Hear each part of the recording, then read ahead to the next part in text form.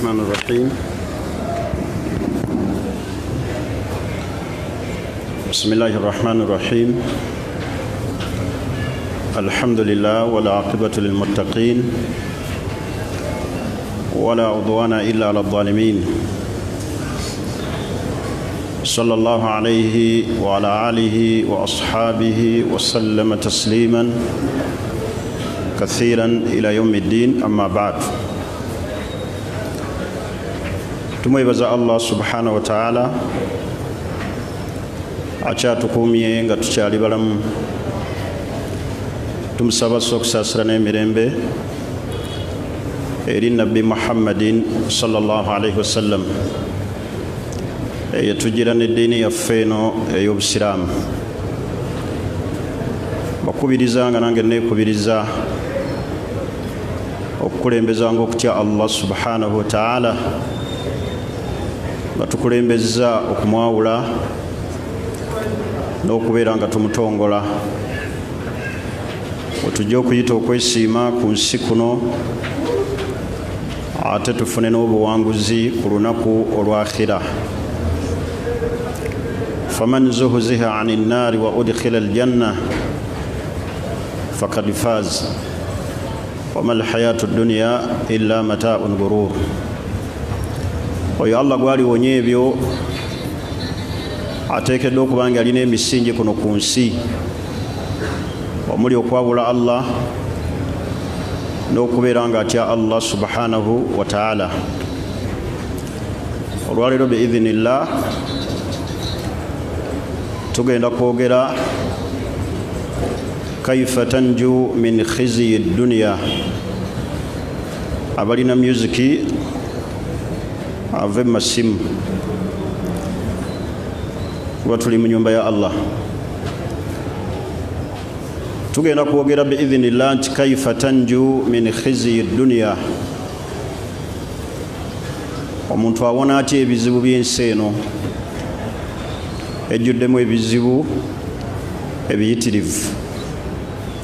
Makubo ki omuntu gasobola okukwata fayanju min khizyi dunya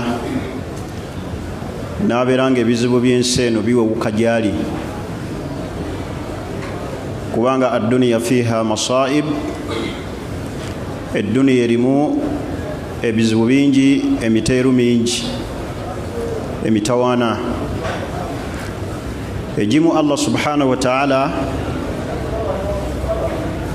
agitutuusaako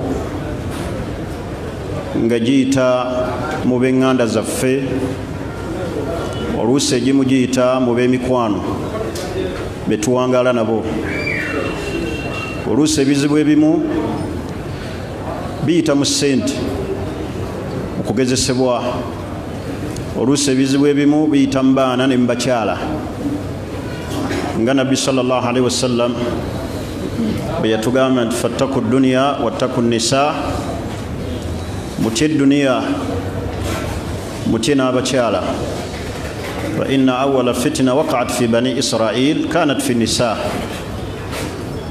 Ebigezo ebyasookera ddala kuba bani Israil, mitawaana gye baafuna gyayita mu bakyala. Kati ebizibu ebiri mu nsi bingi. Oluusi tuwangaala n'abantu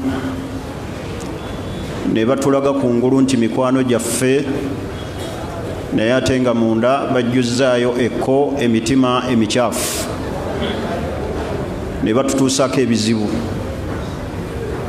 Oluusi mu b'eŋŋanda mwennyini mwe muva emizibu.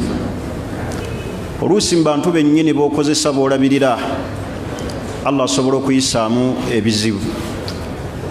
Naye ebizibu by'ensi ebyo byonna buli omu nga bw'abiraba, ebiri mu ssente, ebiri mu bitiibwa, ebiri mu bakyala, ebiri mu mirirwano emikyamu n'emikwano emikyamu, kaifa tanju minha, walibadde obiwona otya? Hunaaka turukun, waliwo amakubo obusiraamu bwe gaalambika ng'osobola okuyitamu okuwona emiteeru oba emitawaana oba ebizibu eby'edduniya. ekisookera ddala al iman, tahqiqu al iman, omuntu okubeera ddala nga mukkiriza, beerera ddala omukkiriza owannamaddala. Olwaleero obukkiriza bwe tulina busemberera busemberezi, si bwe bukkiriza ddala bwennyini. Allah bwanyumya ku basahaba be yawanguza ensi eno nebeera nga yabawuukira neetabazitowerera nga ffe ab'omulembe guno. al iman, okubeera omukkiriza ddala. Allah yagamba mu Qur'ani ey'ekitiibwa, walaw anna ahla alqura amanu wattaqaw lafatahna alayhim barakat min as-samai wal ard. Senga ddala abantu baali bakkiriza ddala Allah mu butuufu bw'okumukkiriza ne bamukakasa, Allah yali badde abaggulirawo emikisa n'abateera ensi eno ne bafuna okwesiima mu yo, n'abasumululira eggulu, n'abateera ensi eno nevaamu ebimera ne babeera nga beeyagala. Naye Allah yagaa nti walakinnahum asaw, bajeemera Allah. Allah n'abafundiza edduniya, buli omu neemukaluubirira. al iman, okubeera ddala ng'oli mukkiriza. Bwe twetunulamu ddala tuli bakkiriza ebya ddala, obukkiriza bwaffe bwa kiseera, obukkiriza bwaffe bwa sizoni. Beerera ddala omukkiriza buli kiseera, mu buli mbeera yonna osigale ng'oli mukkiriza. Ensonga ey'okubiri, takuwa Allah, kutya Allah. Kutya Allah mu butuufu bw'okutya Allah nga Allah bw'ategeeza mu Qur'ani y'ekitiibwa, waman yattakillah, muntu yenna n'atya Allah, waman yattakillah yaj'al lahu makhraja, Allah agenda mmuteerawo obufulumiro awona ebizibu by'edduniya. Edduniya eno gye mulaba erimu emitawaana miyitirivu nnyo. Omuntu okugiwona aba yeesiimye, era edduniya eba emuwuukidde. Bantu bangi balina emitawaana mingi, oluusi mu maka, oluusi ku mirimu, naye emitawaana gyonna egijja oba givudde mu bamikwano gyo, kulembezanga kutya Allah subhanahu wa ta'ala, nga Allah bw'atugambye nti waman yattakillah yaj'al lahu makhraja. Bw'onootya Allah mu butuufu bw'okutya Allah, so si kujja buzi kusaala. Bantu basaala naye nga temulimu takuwa. Oli n'asaala olw'okuba alinaanye masjidi, oli n'asaala olw'okuba mu dduuka waali ne banne basaala, naye okutiira ddala Allah. Bantu basaala bangi abasiraamu ng'ate balina irizi nga bazeesibye. Bantu ne bazimba emizikiti ng'ate be bazimbi b'amasabo nga bagalina, naye okutya Allah. waman yattakillah yaj'al lahu makhraj. Kuba teriyo aya ya Qur'ani ng'erimba. Gwe tya Allah mu butuufu bw'okubeera ng'otya Allah nga buli kiseera weegendereza. Buli oyagala ng'ogezesa nti otya Allah, beeranga wekka. Enneeyisa gye weeyisa ng'oli wekka yeekulaga nti otya Allah. Abamu oluusi toyisaako nga tuli mu bantu, naye bw'obeera wekka n'ofuna okugezesebwa oba kugwa mu zambi, okola otya? Awo okyekingiranga takuwayo. Mukimanyi bulungi mu byafaayo eby'abantu abalongoofu, omukyala eyasisikanibwa n'abeera nga asinkana omusajja omukyamu, n'ayagala omukozesa ebikolwa eby'obuwemu, n'amugamba nti aglikil abwab, galawo enzigi zonna nkuwe kyoyagala. Musajja naggalawo enzigi, naggalawo amadinisa, naggalawo buli kintu kyonna. N'amugamba nti bakiya hunaka babun wahid, wasigaddewo omulyango ogwo tonnaba kuguggala. N'amugamba nti ennyumba yonna ngisibye, tuli safe. N'amugamba nti albaabu alladhi baynana wa bayna Allah, omulyango oguli wakati waffe ne Allah tonnaba kuguggala. N'amutiisa Allah n'akireka. bw'obeera wekka nga ddala otuuse ku mbeera eyo ddala otya Allah. Bwe tubeera ffekka tukola birala, bikolwa ebyaffe byewuunyisa. Bwe tubeera wano oluusi ku mimbali tulaga ekifaananyi kirala. Bwe tubeera eyo ebbali nga tuli ffekka ne tulaga ate ekifaananyi kirala. Bw'obeera wekka takuwayo eri etya okutya Allah mu butuufu bw'okubeera nga tutya Allah. Abatukulembera abalongoofu beekyekinganga nnyo mu kutya Allah, hatta ne banga basigadde bokka basigala batya Allah. Yastakhfuuna min annaas wala yastakhfuuna min Allah. Abantu abasinga obungi bateeka mu nkola ne balaga nti batya Allah olw'okuba waliwo abantu, naye ne batakwatibwa Allah nsonyi. Okutya Allah kikulu, kikulembezenga nnyo. Allah subhanahu wa ta'ala ajja kukumalirawo ebizibu eby'ensi eno. Ensonga eyokusatu, as-sabru au mulazamatu as-sabru, okwenywereza ddala ku bugumiikiriza.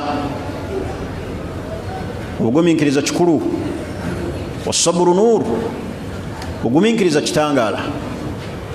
Bugumiikiriza obwo bw'otuukako tebulina kkomo. Gumiikiriza mu kiseera eky'okugezesebwa, ogumiikirize mu kiseera eky'obwavu, ogumiikirize mu kugondera Allah, obeere nga ogumiikiriza mu kiseera eky'okujeemera Allah subhanahu wa ta'ala. Abantu bagenda ne babeera mu nsi, ebizibu ne biyitirira, oluusi mabanja ne gayitirira ne gasukka.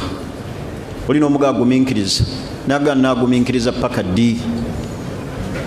Baganda bange obugumiikiriza obutavaamu bigambo bikyamu, obutavaamu bigambo bikosa akiida nzikiriza, beera nga mugumiikiriza ebbanga lyonna. Mulazamatu sabr, gumiikiriza omukyala gw'olina, omukyala agumiikirize omusajja gw'alina, gumiikiriza ab'ekika kye abafamire, ogumiikiriza ab'emikwano abajjuddemu emitima emikyafu emivundu, gumiikiriza nabo. Mulazamatu sabr, okubeera n'obugumiikiriza obutalinaako kiseera. Bw'onooba ogumiikiriza, tunulira hadisi ya Nabbi Muhammadin sallallahu alaihi wasallam, hadisi eri mu Tirmidhi, hadisi ya Ibn Abbas. Yagamba Nabbi sallallahu alaihi wasallam, yagamba nti wa'lam ayuha almuslimu alaqil, olina okukimanyanga gwe omusiraamu, anna an-nasra, obuwanguzi bwonna, ma'a as-sabr, bujjanga waliwo obugumiikiriza. Lwaki tetugumiikiriza ku bizibu eby'ensi? Teri yagumiikiriza n'atawangula. Buli ajja mu fyuzi ey'obugumiikiriza asigala ebizibu by'ensi bimuwangudde n'atawangula. Saate nga mu bugumiikiriza mulimu empeera mpitirivu nnyo mu maaso ga Allah. Agenda Allah kuyingiza ejjana bigayiri hisaab, nga tubaliddwa. Beera nga mugumiikiriza olubeerera, kubanga Nabbi sallallahu alaihi wasallam ekyokulabirako kyaffe buli kiseera, buli mulembe mu mbeera zonna yagumiikiriza mu mbeera nnyingi. Naye lwaki ffe obugumiikiriza olwaleero butubula? Oli n'ayavuwala n'alaba nga obwavu buyitiridde n'ayagala yeteekemu omuguwa. Oli n'alwala obulwadde ne bumuluma n'ayagala anywa obutwa. Beera nga mugumiikiriza. Obugumiikiriza tebulina kiseera, buli agumiikiriza yawangula. Nabbi yagumiikiriza mu mbeera nnyingi. Otunulira embeera ya Nabbi gye yayitamu gwe tonnaba kugiyitamu, naye ekyawanguza Nabbi ne bannabbi bonna abaakulembera ababaka bwali bugumiikiriza. Era Allah kye yatukubira n'atuwa ekifaananyi n'atugamba nti wasbir kama sabara ulul azmi min ar-rusul, bugumiikirize ng'abo bwe baagumiikiriza. Baayita mu mitawaana mu bizibu eby'amaanyi. Lwaki ffe olwaleero tetuba na bugumiikiriza? Tubeere abagumiikiriza. Ensonga endala, as-sala, kusaala. Ebyo Allah ebigatta bibiri, obugumiikiriza n'essala. N'atugamba nti wasta'iinu bis-sabri was-sala. Wabula essala etegeezebwa wano laysati salatu al-haaja kama yadhunnu ba'du al-muslimin. Si gye bayita essala ey'ekyetaago ng'abasiraamu bwe balowooza.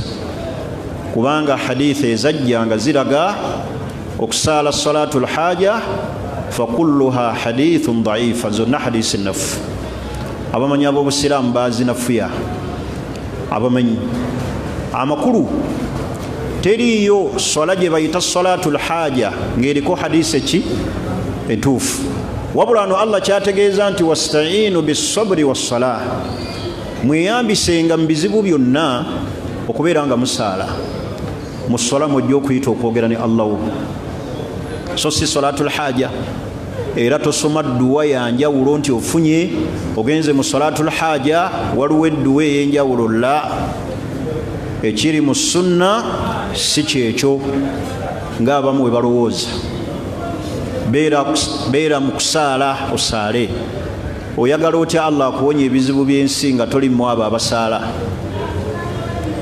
olina ebizibu ate toyagala kusaala okaaba buli kiseera toyagala kusaala wasta'inu bis-sabri was-salah mwekwate nnyo ku swala muzisaale hadisi ya nabbi emanyikiddwa yo ntuufu kana nabiyyu sallallahu alayhi wasallam idha hazabahu amrun faza'a ila as-salah fahadha hadithun sahih nabbi bwe yafunanga ensonga emunakuwazza ku mutima naafuna ensonga emunyigirizza faza'a ila as-salah yagendanga n'asaala sala muno mulimu obutebenkevu naye abatasaala bawona batya ebizibu by'ensi omuntu bw'aba tasaala anaayogera atya ne Allah amutegeeza ebizibu bye Allah asobola obikkolerako era obutasaala bwe weesigamidde ku ki naye nabbi sallallahu alaihi wasallam kana idha hazabahu amrun faza'a ila as-salah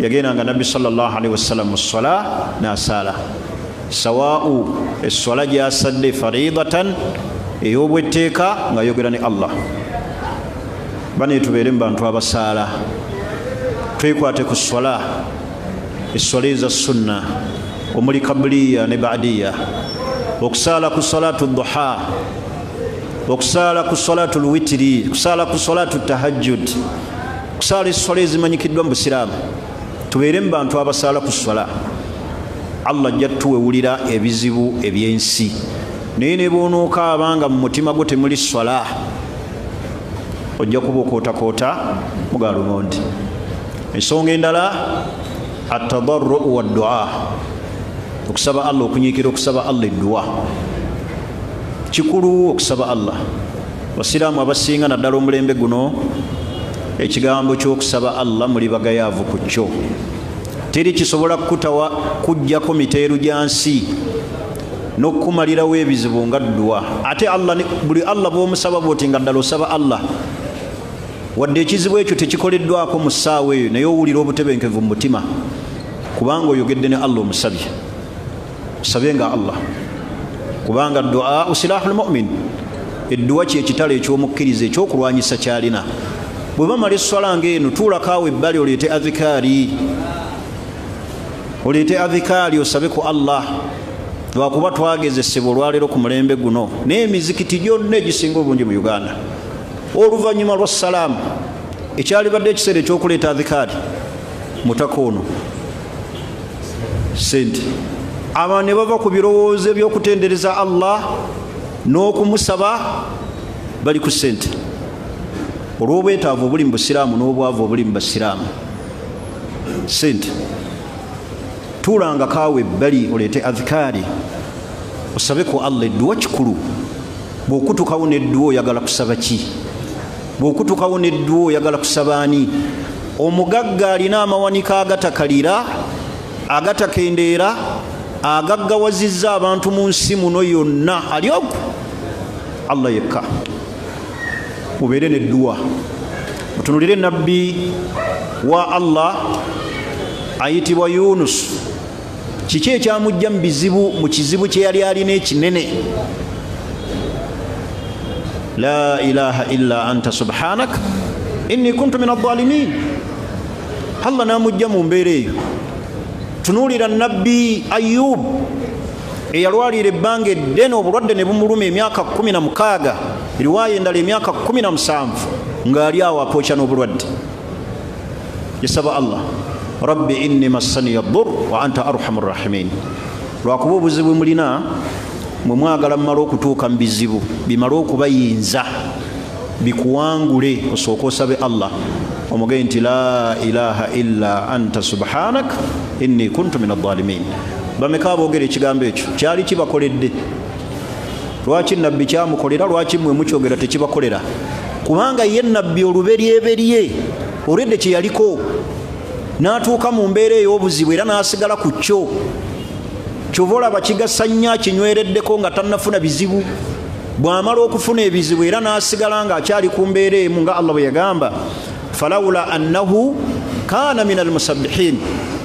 Eyo past taba kubeeramu abo abaali bakyogera nga bamutendereza olubereberye. Leka kulinda kumala gwa mu bizibu. Osooka ogende nti edduwa ya nabbi Yunus eruwa kibeereko, wadde oli mugagga wadde oli mulamu tonnalwala, kibeereko buli kiseera. La ilaha illa anta subhanak inni kuntu min adh-dhalimin. Baganda bange abasiraamu, addu'a okusaba ku Allah. Mweyigirize edduwa ezikwatibwa eziriko obujulizi mu bitabo abamu bye bawandiise ebiriko sunna za nabbi Muhammad sallallahu alaihi wasallam, ng'edduwa ziriko enjigiriza entuufu ennungi. Allah ajja tuwanguza ebizibu eby'ensi eno. Duwa, kusaba Allah. Tuli ffenna basiraamu bwe tunaaba tusabye Allah subhanahu wa ta'ala, Allah ajja kubeera ng'atumalira. Kyova olaba nze ekifo kino nali nakyesonyiwa era nsaba nnyo Allah addemu okukinjagazisa nga bwe yali akinjagazisiza olubereberye. Naye mutima gwange gukyali munafu. Naye dduwa era okujja wano mmaze kusaba Allah, kubanga abantu nga 4 5 baali bantamiza ekifo kino olw'enneeyisa yaabwe. Naye dduwa, kusaba Allah. Era tuli oluvannyuma lwa Allah n'abaganda baffe kuga nti jangu osomese, jangu osomese. Okubeera n'edduwa kikulu. Tusabe ngani? Tusabe Allah yekka. Ensonga endala ejja omuntu mu bitawaana egy'ensi, takwiyatu tawhid, okunyweza tawhid, okwawula Allah. Kullama qawiya tawhid, ebbanga tawhid lyamalanga mungi munywevu omunywezezza, Allah akutaggulira ebizibu by'ensi eno. Naye kullama da'afa tawhid, buli tawhidi we bwanafuwa ofuna okukaluubirizibwa n'ebizibu byeyongera. Takwiyatu tawhid, munyweze nnyo okwawula Allah. Naye osanga abasaaze be bamu ate be bali mu shiriki. N'osanga abasaaze abamu be bagende wa maama fiina. N'osanga abasaaze abamu bajjudde amasabo. N'osanga abasaaze abamu bagenze kulima kubijja kuwona mitawaana gyansi. Wallahi tekijja kuwona nga tawhidi munafu. Niba olaba omuntu ng'alina ssente olaba ali mbulamu obweyagaza naye nga tawhidi munafu. Muli mu mutima abeeramu n'okukaluubirizibwa. Buli gwatunuulira bw'ati alabanga amuloga, buli gwatunuulira bw'ati amulabanga ow'ekisiraani. Kyova olaba atuuka n'okutunuulira omukyala ng'afubutuka mu nnyumba n'addayo n'aga nti asanze ekisiraani, kuba tawhidi tamukola ki? Tamulina. Takwiyatu tawhid, munyweze tawhidi abeere w'amaanyi mu mitima gyammwe. Buli wonoobeera ne tawhidi nga bw'amaanyi, Allah subhanahu wa ta'ala ajja kuwanguza ebizibu eby'ensi eno. Okusinziira ku budde ettayimu nga bweweddeyo, njagala kumaliriza n'ensonga 3 nkulu eri obulamu bwaffe. Ensonga zino njagala okuzibalamira tuzikwate nga nkulu. Ekisookera ddala baganda bange abasiraamu, tuli mu kugezesebwa olwa social media olwaleero ng'ensi bw'etambula, n'okugezesebwa okw'abantu bonna abaafuuka bamaseeka mu nsi eno. Olwaleero ndabye ku social media akatambi k'omusajja yayita Sheikh Hassan Hussein of Uganda ng'akoowola eri bannayuganda ne Africa okutwalira wamu, ng'abalaajanira nti Africa ne Uganda twaliza wamu. Batyobodde nnyo eddembe ly'abantu olw'okugaana abantu okulya ebisiyaga, naye nga yeetaddeko Sheikh Hassan Hussein of Uganda ng'alaba nti abasiraamu batyobudde eddembe ly'obuntu, balinyiridde rights ez'omuntu nga bagaana omuntu okulya ebisiyaga. Bwe tuyimirira kaawo ddala muntu sheekhe ki nga ddala sheekhe mu butuufu bwa sheekhe asobola okuwagira okulya ebisiyaga, era n'alaba nga bagaana okulya ebisiyaga n'alabanga okujja eddembe ly'abantu, okubajjako eddembe lyabo. Olwaleero obwa seeka kifuuse kikemo eri ensi eno olwa social media. Oli abeera gy'ali n'alikodinga n'aweereza, naye nga ddala we tuba tuzze mu reality ddala omuntu oyo ddala abeera sheekhe awagira abantu bali ebisiyaga n'alaajana nti abantu mbalekere eddembe, kyokka nga yeetaddeko nti sheekhe mu bigambo bye Hassan Hussein of Uganda. Naye obuzibu bwe buva kyekifaananyi eky'abasheekhe ekyafa ne tukiteekamu emiwaatwa. Buli muntu yenna akola ekikolobero yeekweka mu basheekhe.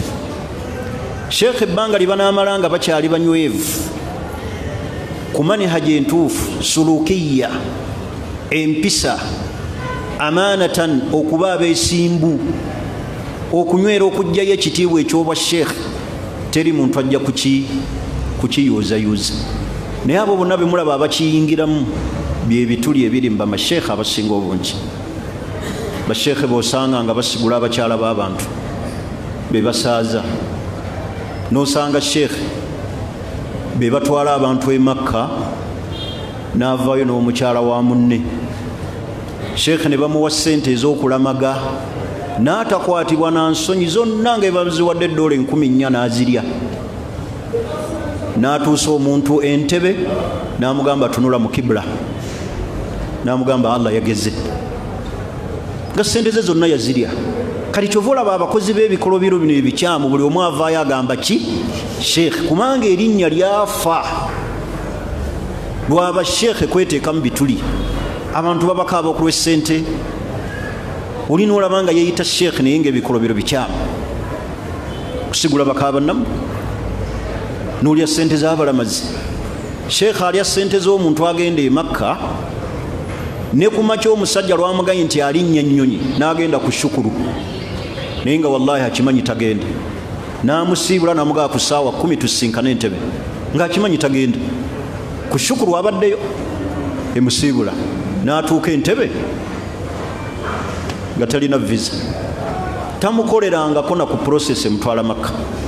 Kati kyova olaba abantu bano ba Hassan Hussein of Uganda balaba omuwaatwa gw'obuwalimu ogw'obwa sheekhe ng'ekifaananyi ekyo kyafa. Naye abantu abanaalaba vidiyo eyo, audio eyo, nga balaba nti sheekhe yalaajanira abantu baddizibwe eddembe lyabwe bali ebisiyaga, kifaanana kiti? Obutonde kibuwakanya, eddiini ebuwakanya. Bw'aba akyogeza butamanya, Allah amulungamye. Naye bw'aba akyogeza nga ddala amanyi, nga ddala yeeyise sheekhe nti amanyi, hadisi mpitirivu n'obujulizi, mulembe gwazikirira Kulaani eyogera, mulembe gwa Nabbi Luutu, bantu kwebagala basajja bannaabo. Nabbi sallallahu alaihi wasallam obujulizi bulungi obugaana omusajja okulya ebisiyaga. Gw'oyimirira otya n'ogaa nti Sheekh Hassan Hussein of Uganda olaajanira abantu baddizibwa eddembe lyabwe? Oyinza n'omubuuza ekibuuzo kimu nti gwe baakusiyaga, olina abakusiyaga gwe alwanirira eddembe ly'abalala? Oli musiyazi? Kubanga omuntu ye sitepu ebeddako nti olwedde nange ndi muki? Kale gwe oba oli musiyazi obanga bakusiyaga kikome ku ggwe, naye ate oleme ekkita eri ensi. Ensonga endala gye njagala eddirira esembayo y'ensonga ekwatagana ku kuziika nga tuziika abasiraamu, ne tukafuula akadaala ak'okusonderako ssente. Baganda bange kyawukana n'enjigiriza entuufu. Musiraamu bw'aba afudde akolebweko ebyo ebimukolebwako mu busiraamu. Naye abantu genda ne tufiira omusiraamu ne tufuula okufa kw'omuntu ng'okunoonyezaako ssente ezimaliriza omuzikiti, ezimaliriza essomero, oba eziyamba abaana balese. Allah ajjuludde omuntu oyo alina entegeka ku baana be, era asobola n'okuleeta abantu abasobola okuyamba ku muntu oyo. ne mayiti nebeeraawo ne bagiweebuula basonda ssente ne bayisa obuveera ne bayisa egundi okuziika ne kukeerewa bali mu kusonda ssente. Ekyo kyawukana n'enjigiriza ya nabbi Muhammad sallallahu alaihi wasallam. Muwenga omufu ekitiibwa hayyan nga bw'abadde wa mayita ne bw'aba amaze okufa. Abamu abafu tubafuula akadaala ak'ebyobufuzi. Muntu ali wali yeebase bantu bali mu byabufuzi. NRM, People Power, aba DP, buli omu n'ayogera ne bakaayana. Naye nga munnaabwe ali wali yeebase ali ku kirala. Bano bali mu byabufuzi. Baganda bange tudde ku nkola entuufu mu kuziika. Tugenda tuva ku nnono entuufu. Muntu n'afa ffe ne twagala okusonderako ki ssente. N'ensonga esembayo gwe muze ogukyase ennyo oguli mu basiraamu ogw'okugattagatta esswala buli kiseera. Ensonga ezigattisa esswala zimanyikiddwa. Sitegeeza kusala ku swala kubanga asala ku swala oyo yali mu luki mu lugendo, naye ntegeeza okugatta esswala ne mugatta magaribi ne mugatta neisha. Basiraamu ne bagenda. Abantu balabanga enkuba ebindabinda ne bagatta esswala. Enkuba ekkirizibwa okugattibwa ku swala yenkuba etonnya n'eremesa abasiraamu okujja okusaala nga tebalina ne bwe basobola kuyita ebisooto olwamukoka nga babuuka bubuusi myala bajja gigwamu. So si kulaba nkuba nga ebinzibinzi ne muga tusaale.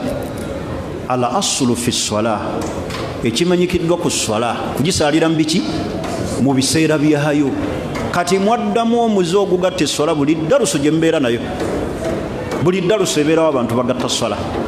Ekyo kyawukana ne sunna.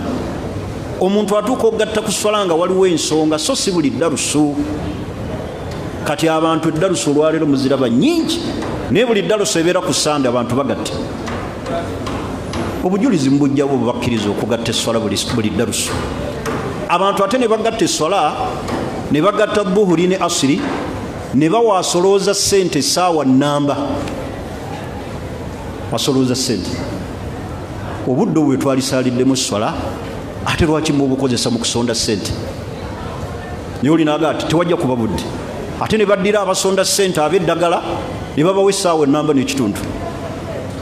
Ekiri asulu kusaalira swala mu biki so si kukifuula kya lubeerera nti buli awabeera darusu ng'etugasse tulina kugatta ki swala. Ensonga eyo mugyewale. Wadde waliwo ensonga ezigattisa esswala naye ate ffe tugufudde muze gwa luki gwa lubeerera. Al aslu kusaalira swala mu biki nga Allah batugamba nti inna salata kanat ala almu'minina kitaban mawquta. Tusinkana omulundi ogujja bi idhnillah. Saba Allah addemu okunjagaza ekifo kino n'okubasomesa atuwa obulungi n'obutebenkevu eri eddiini yaffe, atuwanguza ebizibu by'ensi eno tubeere nga tubiyita mu mirembe, atuwa obugumiikiriza nga bw'atukuŋŋaanyiza mu kifo kino ffenna tukuŋŋaanye mu jannati Firdausi. Saba Allah atumalire obwetaavu bwaffe kuno ku nsi ne ku akhira, ayingire mu nsonga zaffe, atusitule mu madaala, atukingiriza ab'amaaso amabi, atukingiriza ab'ensaalwa, atukingiriza abakyamu bonna abayinza otutuusaako obulabe. Innahu waliyu dhalika wal qadiru alayh. Bismillahi rrahmani rrahim. Wal asr innal insana lafi khusr illa alladhina amanu wa amilu salihat wa tawasaw bil haqq wa tawasaw bis sabr wa sallallahu wa sallam walhamdulillahi rabbil alamin. Tusinkane insha Allah omulundi ogujja n'emisomo nga bwe gijja okutambula. Hadha wallahu alam wa sallallahu wa sallam walhamdulillahi rabbil alamin.